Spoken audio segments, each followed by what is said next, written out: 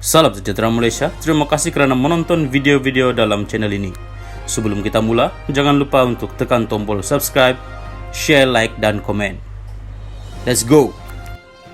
Salam sejahtera dan selamat petang kepada semua pendengar. Berita petang ini dipetik dari Malaysia Kini bertajuk, "Ini satu keajaiban, saya jangka akan mati kerana sudah tua." Berita penuh, Tun Dr. Mahathir Mohamad mengucapkan terima kasih kepada pakar-pakar perubatan Institut Jantung Negara IJN dan pakar perubatan jemputan atas kepakaran serta kebolehan mereka merawat beliau ketika menjalani rawatan di pusat rawatan jantung itu Januari lepas. Bekas Perdana Menteri itu berkata, beliau sudah percaya bahawa hayatnya sudah tiba. Namun, dengan rawatan yang diberikan oleh doktor-doktor pakar, penolong doktor serta bantuan daripada pekerja-pekerja di IJN, mereka berjaya memulihkan kesehatannya. Bagi saya, ini adalah satu keajaiban. Saya tidak menyangka untuk hidup.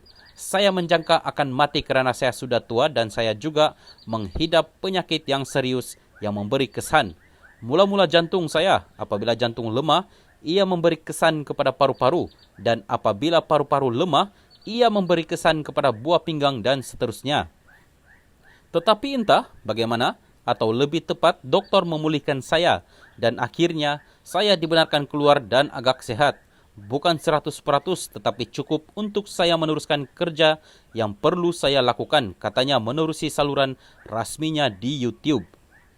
Tun Mahathir berkata, ini sesuatu yang patut dibanggakan kerana rakyat Malaysia tidak perlu lagi ke mana-mana untuk mendapat rawatan kerana negara ini sudah mempunyai pakar perubatan yang boleh merawat penyakit serius seperti dialaminya.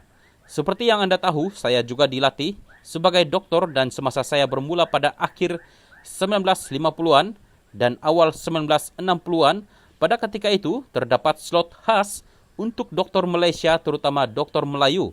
Doktor-doktor di hospital pada masa itu dikenali sebagai pembantu pegawai perubatan. Tidak ada orang Asia boleh menjadi pegawai perubatan kerana tiada kepercayaan terhadap doktor Malaysia. Saya amat percaya bahawa kita boleh melakukan apa yang orang lain boleh lakukan. Semasa saya sebagai Perdana Menteri, saya pernah bercakap bahawa Malaysia kita boleh kita cekap, katanya. Dalam video berdurasi kira-kira 8 minit itu, Dr. Mahathir yang juga ahli Parlimen Langkawi kekal bertenaga dan kelihatan sehat ketika menyampaikan ucapan berkenaan.